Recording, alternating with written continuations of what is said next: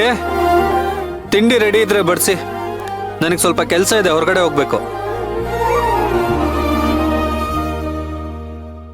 ಅರೆ, ಅದಕ್ಕೆ ಹೊರಗಡೆ ಹೋಗಿದಾರಲ್ವಾ, ನಾನೇ ಬಡಿಸ್ಕೋಬೇಕು ಅಂತ ಅನ್ಸುತ್ತೆ. ಕರ್ಣ, ಯಾಕಪ್ಪ ಎದ್ಬಿಟ್ಟೆ? ಕೂತ್ಕೋ. ಸೇವಂತಿ ಏನೋ ಕೆಲ್ಸ ಇದೆ ಅಂತ ಬೆಳಗ್ಗೆನೆ ಹೊರಗಡೆ ಹೋದ್ಲು, ನಾನೇ ಬಡಿಸ್ತೀನಿ.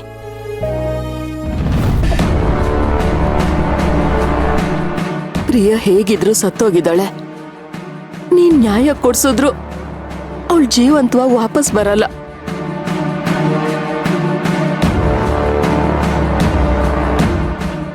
ಈಗ ಬದುಕಿರೋ ನಮ್ ಪೂಜಾ ಮತ್ತೆ ಅಶ್ವಿನ್ ಚೆನ್ನಾಗಿರ್ಬೇಕು ಅಂದ್ರೆ ನೀನ್ ಈ ಕೇಸಿಂದ ಹಿಂದೆ ಸರ್ದ್ ಬಿಡು ಸೇವಂತಿ.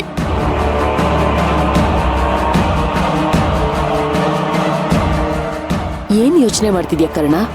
ನಾನ್ ಬಡಿಸ್ತೀನಿ ಅನ್ನಲ್ಲ, ಕೂತ್ಕೋ. ಬೇಕಾಗಿಲ್ಲ.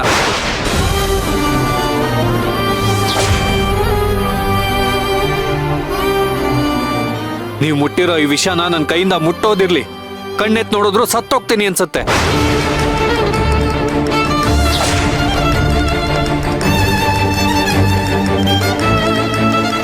ಅದೇ ತಾನೇ ನಿಮ್ಗೂ ಬೇಕಾಗಿರೋದು. ಕರ್ಣ, ಕರಿಬೇಡಿ ನನ್ನ ಹೆಸರನ್ನ. ನಿಮ್ ಬಾಯಿಂದ ನನ್ನ ಹೆಸರು ಕೇಳಿದಕ್ಕೆ ಹಿಂಸೆ ಆಗತ್ತೆ ನನ್ಗೆ. ಮಲ್ತಾಯಿ ಯಾವತ್ತಿದ್ರು ಮಲ್ತಾಯಿನೇ.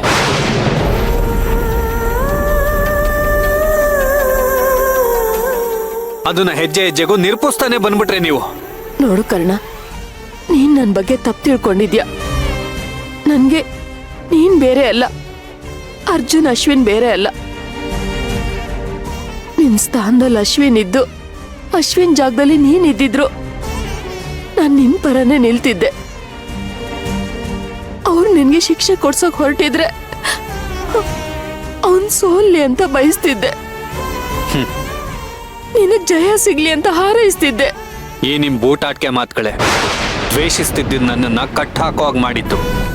ಈ ನಿಮ್ ಬಣ್ಣದ ಮಾತುಗಳೇ ಚಿಕ್ಕಮ್ಮ ಆಗಿದ್ ನಿಮ್ಮನ್ನ ಅಮ್ಮ ಅಂತ ಒಪ್ಕೊಳ್ಳೋವಾಗ ಮಾಡಿದ್ದು.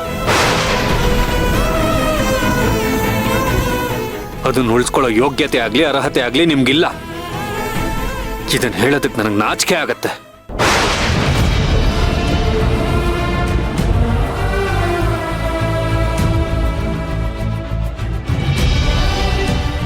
ಏನ್ ಹೇಳಿದ್ರಿ ಅದಕ್ಕೆ ಹತ್ರ ನೀವು? ಸತ್ತೋಳ್ ಸತ್ಲು ಬದುಕಿರೋನ್ ಉಳಿಬೇಕು ಅಂತನಾ?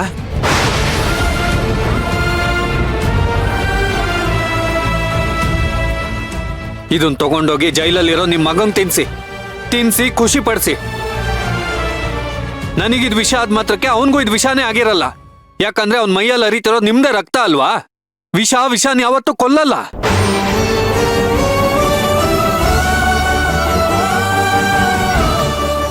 ಈ ಮನೇಲಿ ವಿಷ ತುಂಬಿಕೊಂಡಿರೋ ನಿಮ್ ಉಸಿರಿನ ಪ್ರಭಾವನೇ ಇರಬೇಕು. ನನ್ ಬಾಯಲ್ಲೂ ಇಷ್ಟು ಕಠೋರವಾದ ಮಾತುಗಳು ಬರೋ ಹಾಗೆ ಮಾಡ್ತಿದೆ. ಇನ್ನಷ್ಟು ನಿಮ್ ಮುಂದೆನೆ ನಿಂತಿದ್ರೆ ನನ್ ಮೈಯಲ್ಲೂ ವಿಷ ತುಂಬ್ಕೊಂಡ್ಬಿಡುತ್ತೆ ಅಂತ.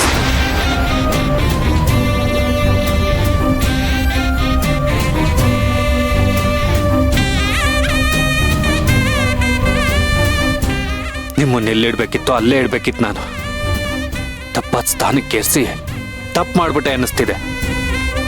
ಕರ್ಣ,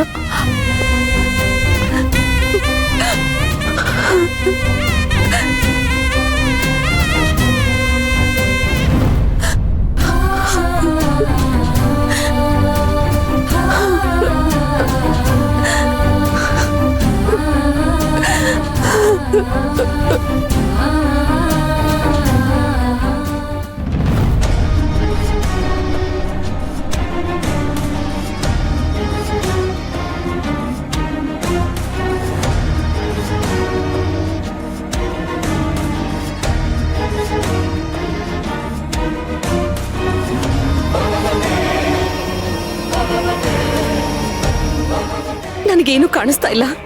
ಯಾಕೆ ಗುರುಜಿ? ಮೈಲಿಗೆ ಆಗಿದ್ರು ಕಾಣಿಸಲ್ಲ. ನನಗ್ ತಿಳಿದ ಹಾಗೆ ಆ ಥರ ಎಲ್ಲ ಏನೂ ಇಲ್ಲ. ಇಲ್ಲ, ನೀವು ಬರುವಾಗ ಏನಾದ್ರೂ ಮುಟ್ಟಿ ಮೈಲಿಗೆ ಆಗಿರ್ಬೇಕು, ಅದಕ್ಕೆ ನಿಮಗ್ ಕಾಣಿಸ್ತಾ ಇಲ್ಲ. ಇಲ್ಲ ಗುರುಜಿ, ಅದೇ ರೀತಿ ಏನೋ ಆಗಿರುತ್ತೆ, ನಿಮ್ಮ ಗಮನಕ್ಕೆ ಬರದೇ ಇರಬಹುದು. ಹೋಗಿ ತೀರ್ಥಸ್ನಾನ ಮಾಡ್ಕೊಂಡು ಶುದ್ಧಿಯಾಗಿ ಮತ್ತೆ ಬನ್ನಿ, ಆಗ ನಿಮ್ಮ ಮಗು ಕಾಣಿಸ್ಬಹುದು ನಿಮ್ಗೆ. ಗುರುಜಿ, ನನ್ ಮಗುಗೆ ಏನಾದ್ರೂ ತೊಂದರೆ ಆಗ್ತಿದ್ಯಾ ಅಂತ ದಯವಿಟ್ಟು ನೀವೇ ನೋಡಿ ಹೇಳ್ತೀರಾ? ತೊಂದರೆ ಆಗಿದೆ ಅಂದ್ರೆ ಆಗಿದೆ, ಇಲ್ಲ ಅಂದ್ರೆ ಇಲ್ಲ. ಏನ್ ಹಾಗಂದ್ರೆ? ಅಂದ್ರೆ ಇಲ್ಲಿ ತನಕ ಮಗು ಜೀವಕ್ಕೆ ಯಾವುದೇ ಅಪಾಯ ಆಗಿಲ್ಲ, ಮುಂದೆ ಗೊತ್ತಿಲ್ಲ.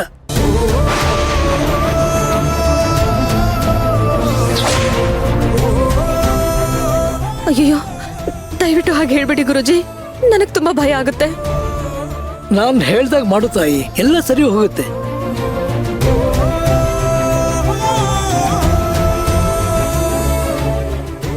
ಅಕ್ಕ, ಹೊರಡೋಣವಾ? ಬರ್ತೀವಿ.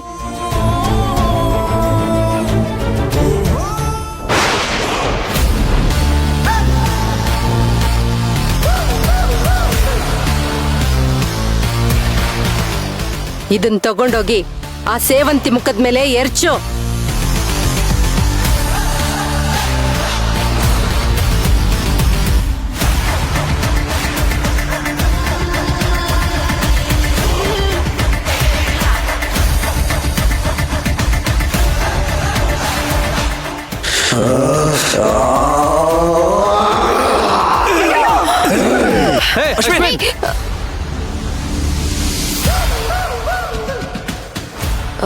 ಗುರುಜಿ, ನಿಮ್ಗೆ ಯಾರಾದ್ರೂ ಮಾಟ ಮಂತ್ರ ಮಾಡೋ ಹೆಂಗ್ಸ್ ಗೊತ್ತಾ?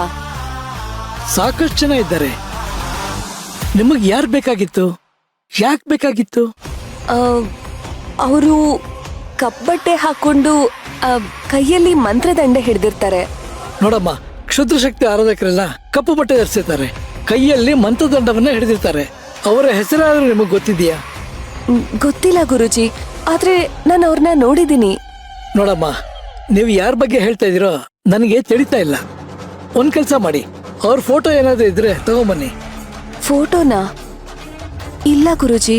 ಹಾಗಿದ್ರೆ ಹುಡ್ಕೋದು ತುಂಬಾ ಕಷ್ಟಮ್ಮ. ಸರಿ ಗುರುಜಿ, ಬರ್ತೀನಿ.